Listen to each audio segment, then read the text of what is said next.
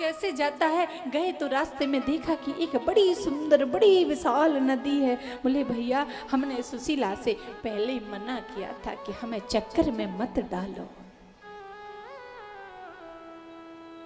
लेकिन सुशीला मानी नहीं।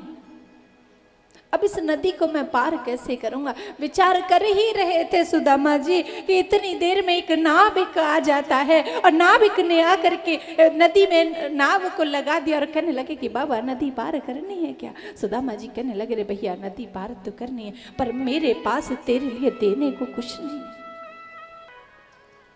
नाविक मुस्कुराया और कहने लगे बाबा ये पोटली तो है, इसी को दे देना। सुदामा जी कहने बाबा रह गया, पागल है गया। अरे यह पोटली को तो मेरी पत्नी सुशीला ने मेरे मित्र के ताई भेंट के लिए भेजी है और तू चाह रहा है कि चावल की पोटली मैं तुझको दे दूं। नाविक ने कहा कि बाबा तुझे नहीं देना तो कुछ मत देना, पर एक काम कर तू आजा मेरी नाव में बैठ जा, मैं तुझे नदी पार करा दूं, नहीं तो पूरी रात यहीं पड़ा रहेगा।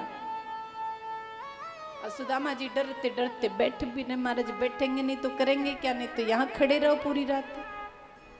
बोले आखिरी नाव है और कोई ले जाने वाला है नहीं, मैं ही एक नाविक हूं।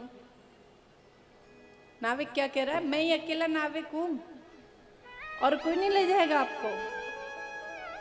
सुदामा जी डरते डरते बैठे। वो नाव जानते हो कौन थी? वो नाविक था गुरु, और गुरु मंत्र रूपी जो नाव में बैठ करके संसार रूपी नदी को पार कराने के लिए स्वयं गोविंद नारायण नाविक का रूप धारण करके आए थे।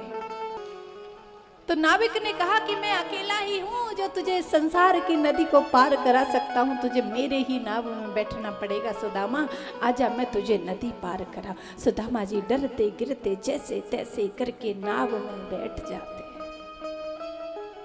और नाव में बैठे और नाविक ने बड़े भाव से नदी पार करा दी। और जो ही नदी पार हुई, आहा देखा सुदामा जी ने चमकती हुई सोने की द्वारिका के दर्शन हुए।